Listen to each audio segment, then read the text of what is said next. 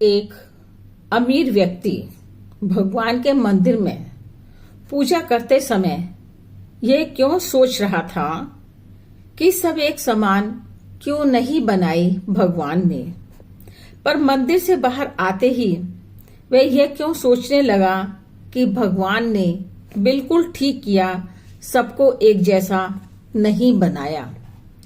एक दिन एक अमीर आदमी मंदिर में भगवान शिव के दर्शन करने के लिए गया। इस आदमी ने बहुत महंगे जूते पहन रखे थे और उसने ऐसा भी सुना था कि इस मंदिर में अक्सर चोरी होती रहती है। इस कारण उसका मन अपने कीमती जूतों को मंदिर के बाहर छोड़ने का नहीं हो रहा था और जूते पहनकर मंदिर में नहीं जा सकता था। वह बाहर भी नहीं छोड़ना चाहता था और न ही पहनकर जा सकता था। अब करे तो क्या करे, वह बड़ी दुविधा में आ गया। थोड़ी देर सोचने के बाद उस अमीर आदमी ने मंदिर के बाहर बैठे एक भिखारी से बात की। उस आदमी ने अपने कीमती जूते उस भिखारी को के पास रखवा दिए। भिखारी ने भी उस आदमी के जूतों की जिम्मेदारी अपने ऊपर ले ली। फिर वो अमीर आदमी अंदर मंदिर में पूजा करने चला गया। पूजा में बैठे बैठे उस आदमी के मन में ख्याल आया कि भगवान ने कैसी विषम दुनिया बनाई है। मेरे जैसे कई लोगों को पैरों में कीमती जूते पहनने लायक बनाया है, लेकिन उस बेचारे भिखारी जैसे अनगिनत लोगों को रोटी खाने के लिए भी भीख मांगनी पड़ती है। वो अमीर आदमी मन ही मन भगवान से फरियाद करते हुए बोला, आपने सभी को एक समान क्यों नहीं बनाया? आपने सभी को एक जैसी सुविधा क्यों नहीं दी?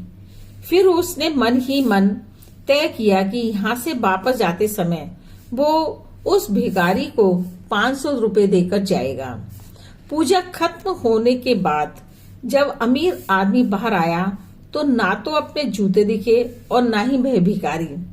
उस अमीर आदमी को लगा कि भिखारी किसी काम से कहीं बाहर चला गया होगा, इसलिए थोड़ी देर तक उसने वहीं खड़े होकर भिखारी का इंतजार किया।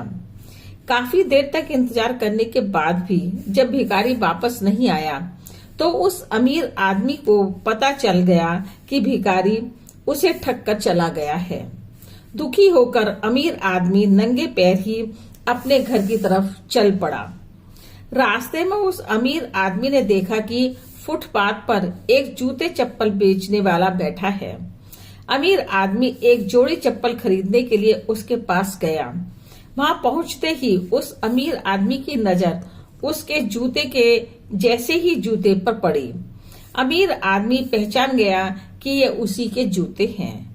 पूछने पर बेचने वाले ने पहले मना किया, लेकिन बार बार पूछने पर और पुलिस की धमकी देने पर उसने माना कि ये जूते उसे एक भिखारी 500 रुपए में बेचकर गया है। अब वह अमीर आदमी बिना चप्पल खरीदे मुस्कुराते हुए वहां से अपने घर की तरफ नंगे पैर ही चला गया। उसे भगवान से की गई अपनी फरियाद का जवाब मिल चुका था। उसे समझ में आ गया था कि जब तक लोगों के कर्म एक जैसे नहीं होते तब तक सभी एक समान नहीं हो सकते हैं। भगवान ने उस भिखारी की तकदीर में 500 रुपए लिखे थे, लेकिन कैसे कर्म करके उन्हें लेना है यह उस भिखारी के हाथ में था। अगर वह चोरी ना भी करता फिर भी उसे 500 रुपए मिलने वाले थे। शायद उसके ऐसे ही बुरे कर्मों की वजह से आज वो एक भिखारी था। अगर आपको मेरी यह कहानी अच्छी लगी हो तो शेयर करें अपने फ्रेंड्स के साथ। क्या भिखारी ने सही किया था? आपका भिखारी के लिए क्या विचार है?